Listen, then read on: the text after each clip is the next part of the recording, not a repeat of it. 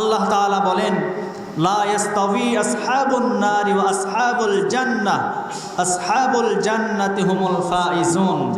আল্লাহ তাআলা বলেন, জান্নাত এবং জাহান্নামের অধিবাসী কখনো এক হতে পারে না। আউযু বিল্লাহি মিনাশ শাইতানির রাজিম। বিসমিল্লাহির রাহমানির রহিম। লা ইয়াস্তাবি আসহাবুন নারি ওয়া আসহাবুল জান্নাহ, আসহাবুল জান্নাতি হুমুল ফাইজুন।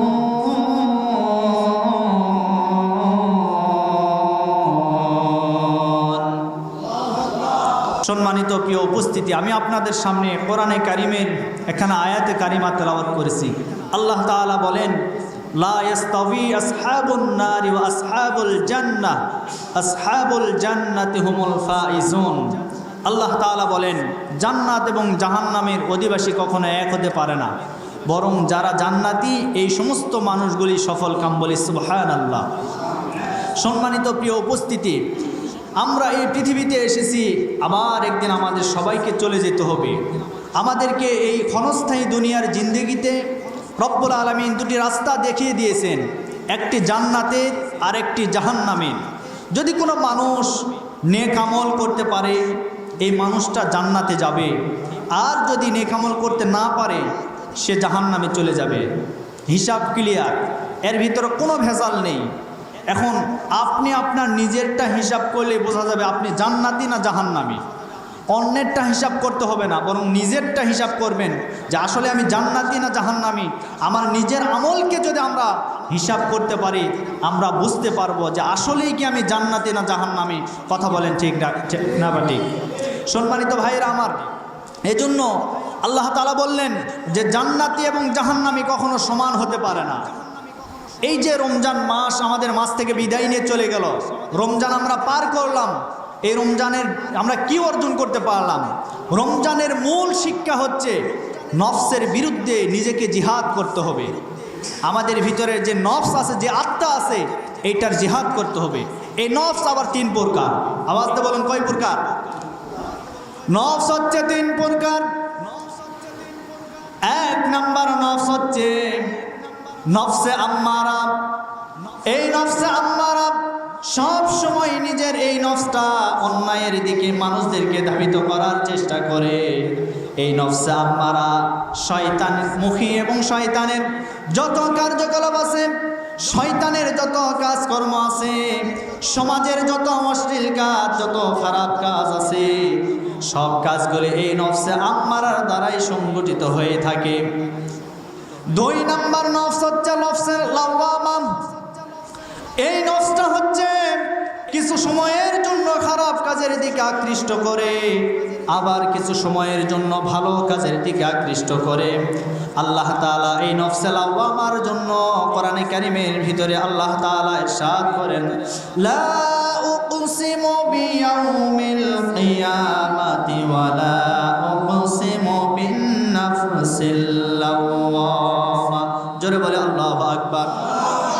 শপথ হচ্ছে সেই কিয়ামত দিবসের, আর শপথ সেই প্ররোচনাকারী আত্মার, কুমন্ত্রণা দানকারী আত্মার শপথ। এখানে এই তাফসিরের ভিতরে এসেছে এই নফস কিছু সময় ভালো কাজ করে, আবার কিছু সময় মানুষদেরকে খারাপ কাজের দিকে নিয়ে যায়। তিন নাম্বার নফস হচ্ছে নফসে মুতমাইন্না। আল্লাহ তাআলা বলেন, এই নফসে মুতমাইন্নার অধিকারী যারা হবে, রব্বুল আলামিন তাদেরকে জান্নাতের ভিতরে প্রবেশ করায় দিবেন। এই নফসে মুতমাইন্না, এই নফস শুধু মানুষকে ভালো কাজের দিকে আকৃষ্ট করে। সমাজের যত ভালো কাজ আছে, সমস্ত ভালো কাজের দিকে এই নফসটা মানুষদেরকে আহ্বান করে। এই নফসের নাম হচ্ছে নফসে মুতমাইন্না। আল্লাহ তাআলা বলেন, ইয়া আইয়াতুহান নাফসুল মুতমাইন্না ইরজি'i ইলা রাব্বিকি রাদিয়াতাম মারদিয়া ফাদখুলি ফি ইবাদি ওয়াদখুলি জান্নাতি। জোরে বলি আল্লাহু আকবার। আল্লাহ তাআলা বলেন, ইয়া আইয়াতুহান নাফসুল মুতমাইন্নাহ, আজরাইল ফেরেশতা এই নফসওয়ালা ব্যক্তির কাছে আসবেন এবং বলবেন, হে প্রশান্ত আত্মা, আসো, বেরিয়ে এসো। ইরজি'i ইলা রাব্বিকি রাদিয়াতাম মারদিয়া, তোমার রব তোমার প্রতি খুশি এবং রাজি আছেন, তুমি চলে আসো, তুমি চলে আসো। ফাদখুলি ফি ইবাদি, আল্লাহর নেক বান্দাদের অন্তর্ভুক্ত হয়ে যাও। ওয়াদখুলি জান্নাতি, আর জান্নাতে তুমি প্রবেশ করো। তাহলে নফস কয় প্রকার?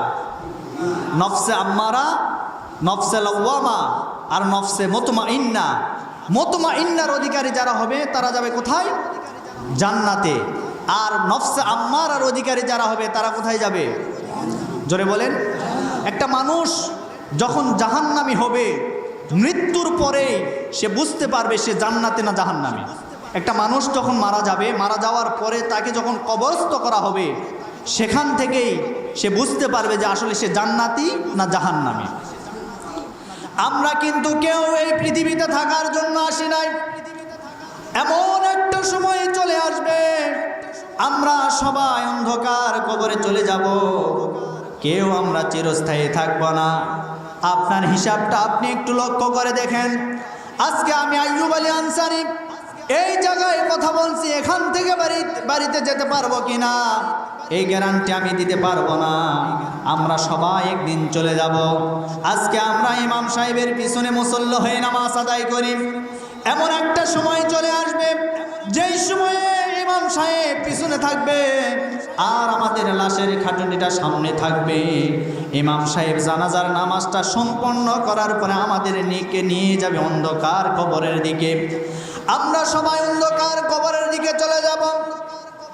সেই কবরের যেদিন প্রথম রাত্রে আমাদের সংগঠিত হয়ে যাবে, আমাদেরকে রব্বুল আলামিন তার ইশারা ইঙ্গিতের মাধ্যমে, মৃত্যু ঘটানোর মাধ্যম দিয়া আমাদেরকে যখন কবরের ভিতরে রাখবেন, রাখার পরে ওই জায়গা থেকে আমাদের সওয়াল জবাব শুরু হয়ে যাবে। সে জায়গায় সওয়াল জবাব শুরু হয়ে যাবে। আমার ভাইরা, একটা বার আপনি চিন্তা করে দেখুন, আপনি যেদিন মারা যাবেন, মারা যাওয়ার পরে 24টা ঘন্টা পার হতে না হতে পোকা মাকড় বলে আপনার কবরের ভিতরে চলে আসবে। এমনকি আপনার পায়ুপথ দিয়ে পোকা গলে বের হতে শুরু করবে। 3 দিন যখন পার হয়ে যাবে, আপনার আঙ্গুলগুলি ফেটে যাবে, আপনার নাকগুলি ফেটে যাবে। 3 দিন পার হয়ে যাওয়ার পরে আবার 7 দিনের মাথায় দেখবেন আপনার পুরো শরীরের রঙগুলি খুলে যাবে।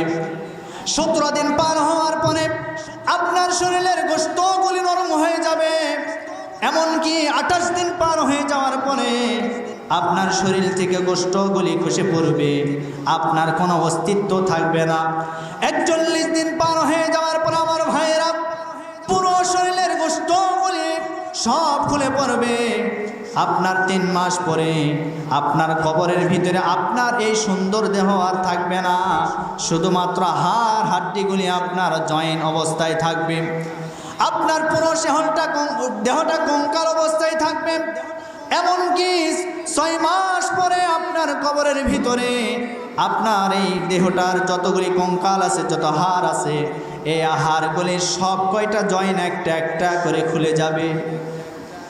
অথচ আজকে আমরা এই দেহ নিয়ে কত অহংকার করি। আজকে আমরা টাকার অহংকার করি, আজকে আমরা ক্ষমতার অহংকার করি, আজকে আমরা অর্থ সম্পদের অহংকার করি, আজকে আমরা জায়গা জমির অহংকার করি। কিন্তু একটা বার আপনি চিন্তা করে দেখলেন না, মরণের পরে আমার এই জায়গা জমি আমার কোনো উপকারে আসবে না। এমনকি আমার যেই দেহ নিয়ে আজকে আমি গর্ব করে সমাজে চলাফেরা করছি, মরণের পরে এই সুন্দর দেহটুকুনো আমার শরীরের ভিতরে আর থাকবে না। এই জন্য অহংকার করবেন না প্রিয় ভাইরা আমার। এই পৃথিবীর জমিনে যারা পাপী বান্দা হয়ে মৃত্যুবরণ করবে, যারা পাপী বান্দা হয়ে মৃত্যুবরণ করবে, তাদের কবরের ভিতরে 10টা আযাব দেওয়া হবে। আওয়াজ দিয়ে বলুন, কয়টা আযাব? জোরে বলুন। 10টা শাস্তি তাদের কবরের ভিতরে দেওয়া হবে। আমার ভাইরা, সংক্ষেপ করে কথাগুলি বলতেছি, খুব মনোযোগ দিয়ে শুনবেন। সুতরাং আজকে আমরা আমাদের আমলের হিসাবটা আমরা একটা বার চিন্তা করে দেখলাম না। 1 নম্বর আযাব দেওয়া হবে, একজন পাপী বান্দাকে যখন কবরের ভিতরে রাখা হবে, কবরের ভিতরে রাখার পরে ওই পাপী বান্দার কাছে যখন ফেরেশতারা আসবে, আসার পরে 3টা প্রশ্ন করবে। মান রব্বুকা, তোমার রব কে ছিল? ওই পাপী বান্দা ওই মুহূর্তে বলবে, হায় হাত আলাদরি, আমার রব কে ছিল, আমার খোদা কে ছিল, আমার আল্লাহ কে ছিল আমি জানি না, হায় হাত আলাদরি আমি জানি না। 2 নম্বর প্রশ্ন করা হবে, মান নাবিয়ুকা, তোমার নবী কে ছিল? আমার ভাইরা, যদি কোনো ব্যক্তি নবীর দিনের উপরে চলাফেরা করে, নবীর তরিকার উপরে চলাফেরা করে, ওই মানুষটা কবরের ভিতরে কিন্তু জবাব দিতে পারবে। আর যেই ব্যক্তিটা নবীর আদর্শ মানে নাই, নবীজির মহব্বত কলিজার ভিতরে নাই, ওই মানুষটা কোনোদিন নবীজির যে জবাব, এই উত্তরটা সে আর দিতে পারবে না। কথা বলেন ঠিক কিনা? ওই মানুষটা কোনোদিন জবাব দিতে পারবে না। আমার প্রিয় ভাইয়েরা, এই জন্য আজ বর্তমান সমাজের ভিতরে আমার নবীজির মহব্বত আমাদের ভিতরে কম হয়ে গেছে, যার কারণে অনেক নাস্তিক বেঈমানেরা দেখবেন আমার নবীজিকে কটূক্তি করে। আমরা মুসলমানের সন্তান একটু প্রতিবাদও করতে পারি না। কথা বলেন না কেন? আমরা প্রতিবাদ করতে পারি না। অথচ আমার বাংলাদেশের দিকে আপনি তাকায় দেখেন, আমার নবীজিকে গালি দেয়, বাংলার জমিনে বিচার হয় না। কিন্তু এই দেশের ভিতরে কোনো ব্যক্তি যদি আমার বাবাকে গালি দেয়, দেখবেন তার শুধু বিচার হয় না, তাকে ফাঁসির কাস্টে পর্যন্ত ঝুলানোর চেষ্টা করা হয়। কথা বলেন ঠিক কিনা? তার মানে আপনি কি বুঝলেন? আমার বাবার চাইতে আমার নবীজিকে এখনো বেশি মহব্বত করতে পারলাম না। অথচ নবীজি বলেন, লা ইউমিনু আহাদুকুম হাত্তা কুনা হাব্বা ইলাইহি মিন ওয়ালিদিহি ওয়া ওয়ালাদিহি ওয়ান নাসি আজমাইন। ততক্ষণ পর্যন্ত তুমি ঈমানদার বান্দা হতে পারবে না যতক্ষণ পর্যন্ত তোমার স্ত্রী, পরিবার, তোমার নেতা খেতা, তোমার যাবতীয় সব কিছুর চাইতে আমি নবী আমাকে বেশি মহব্বত না করবা, ততক্ষণ পর্যন্ত তুমি ঈমানদার হতে পারবে না। কথা বলেন ঠিক কিনা? আমার দেশে আমার নবীজিকে গালি দেয়, তাদের বিচার হয় না। কেউ যদি বাবাকে গালি দেয়, কেউ যদি স্বামীকে গালি দেয়, তাদের বিচার হয়। কথা বলেন ঠিক কিনা? অথচ আমার নবীজিকে আমরা আমাদের দিল থেকে মহব্বত করি, কলিজাতে মহব্বত করি। আমরা মনে করি নবীজি যদি আমাদেরকে একটা বার এই পৃথিবীর জমিনে স্বপ্নের মাধ্যমে দেখা করার সৌভাগ্য করত, আমাদের চাইতে এই পৃথিবীতে দামি মানুষ আর কেউ হতে পারত না। কথা বলেন, কথা বলেন। দেখা দাও ওগো ওগো নবীজি, তোমারই দিদারের আশায় মরা আছি। দেখা দাও ওগো ওগো নবীজি, তোমারই দিদারের আশায় মরা আছি। দেখব দু চোখে আল্লাহর পয়গম্বর, নারে তাকবীর। জোরে বলেন না ভাই, নারে তাকবীর, নারে তাকবীর। সিদ্দিক, ফারুক, ওসমান, হায়দার, 4 জন সাহাবা সবচেয়ে বেহতর। সিদ্দিক, ফারুক, ওসমান, হায়দার, 4 জন সাহাবা সবচেয়ে বেহতর, কারণ তাদের দিলে আছে আল্লাহর পয়গম্বর। নারে তাকবীর, নারে তাকবীর, আল্লাহু আকবার, নারে তাকবীর। কষ্ট পাচ্ছেন আপনারা? খারাপ লাগছে? সম্মানিত ভাইয়ের আমার, এই জন্য আমার নবীজিকে আমাদের কলিজার চাইতে মহব্বত করতে হবে। কথা বলেন ঠিক না ভাই? ঠিক। আমরা করতে পারবো তো ইনশাল্লাহ? আমার ভাইয়েরা, 2 নম্বর প্রশ্ন,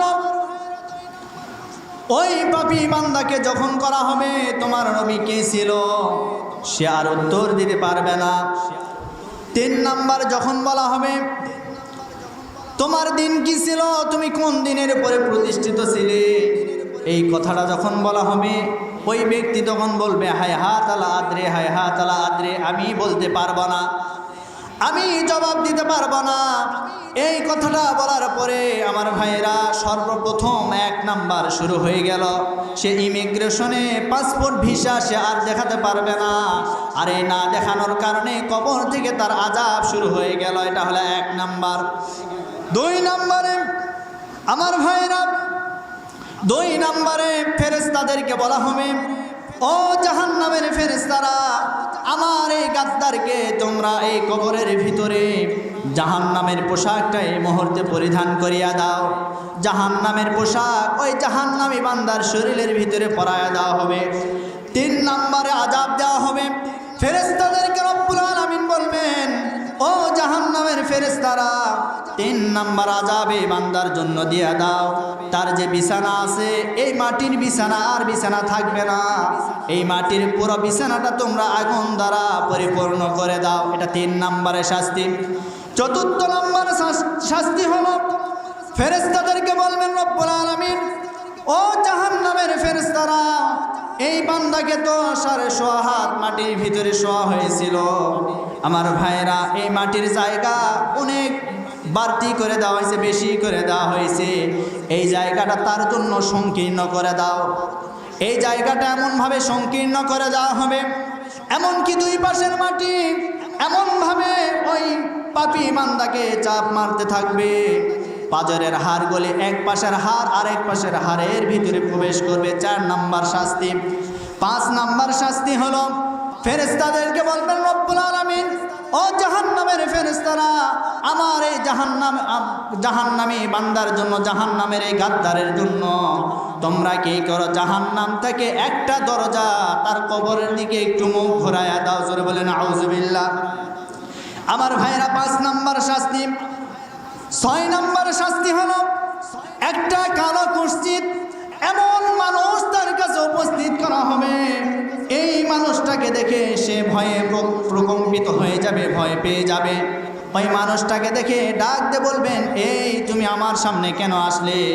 ওই মানুষটা তখন ডাক দিয়ে বলবেন এই জাহান্নামের গাদ্দার, আজ কথা বলিস না, আজকে আমি তোর জন্য দুনিয়ার জমিনে সুদখোর অবস্থায় সুদের ব্যবসা করেছিস, সুদের সাথে টাকা লাগিয়েছিস, বেনামাজি অবস্থায় ছেলে, এমনকি অন্যায়ভাবে অশ্লীলভাবে সমাজের ভিতরে গান বাজনা আসর দিয়েছিলে, এমনকি অন্যায় অবৈধ কর্ম যে সমস্ত নেতারা করত তাদেরকে তোমরা অবৈধভাবে ক্ষমতায় রেখেছিলে, তাদেরকে সাপোর্ট করেছিলে। আজকে আমি সেই অবৈধ কাজকর্ম তোমার সামনে উপস্থিত হয়ে গেছি। 7 নম্বরে আমার ভাইয়েরা 7 নম্বরে ওই জাহান্নামী গাদ্দারের জন্য যে আযাব দেওয়া হবে সেটি হলো একজন ফেরেশতা আসবে, যেই ফেরেশতা অন্ধ, এমনকি বোবা, এমনকি সেই ফেরেশতা কানেও শুনতে পারে না, সেই ফেরেশতা চোখেও দেখতে পারবে না, সেই ফেরেশতা মুখে কথাও বলতে পারবে না, এমনকি ওই ফেরেশতা কানে শুনতেও পারবে না। বিশাল বড় একটা হাতুড়ি নিয়ে তার সামনে উপস্থিত হয়ে যাবে, শুধু মার আর মার, আর কোনো কথা চলবে না, সেই জায়গায় মার দিতে থাকবেন। আমার ভাইয়েরা সংক্ষেপ করে বলতেছি, 8 নম্বরে ওই জাহান্নামী গাদ্দারের জন্য 8 নম্বর যে শাস্তি দেওয়া হবে, তার কবরের ভিতরে বিষধর সাপগুলি প্রবেশ করতে দেওয়া হবে, বিষধর সাপ। 9 নম্বরে যে শাস্তি দেওয়া হবে, 9 নম্বর শাস্তি হলো এই পৃথিবীর জমিনে যেভাবে পাপ করবে শ্রেণীবিন্যাস অনুযায়ী ওই জাহান্নামী গাদ্দারকে 9 নম্বর যে শাস্তি, ওই শ্রেণীবিন্যাস অনুযায়ী তাকে জাহান্নামের ভিতরে আযাব দেওয়া হবে। ওই কবরের ভিতরটা, পুরা কবরটা তার জন্য জাহান্নাম বানায় দেওয়া হবে। সর্বশেষ তার জন্য আযাব দেওয়া হবে কিয়ামত পর্যন্ত ওই কবরের ভিতরে ওই জাহান্নামী গাদ্দারের জন্য আযাব দেওয়া হবে। আমার ভাইয়েরা, এই জন্য যারা পাপী বান্দা হবে তাদেরকে এই 10টা শাস্তি কবরের ভিতরে দেওয়া হবে। আমি আপনাদের কাছে আজকে সর্বশেষ কথা বলে যাই, আল্লাহ পাক যেন আমাদের সবাইকে ওই কবরের আযাব থেকে মুক্তি দান করেন, আর আমাদের সবাইকে যেন জান্নাতি হিসাবে ওই কবরের ভিতরে একটু জায়গা করে দেওয়ার ব্যবস্থা করে দেন, বলি আমিন। আরো জোরে বলে আল্লাহুম্মা আমিন। আল্লাহ পাক যেন আমাদের সবাইকে এই কথাগুলি বোঝা এবং আমল করা তৌফিক দান করেন, সকলে বলে আল্লাহুম্মা আমিন। আসলে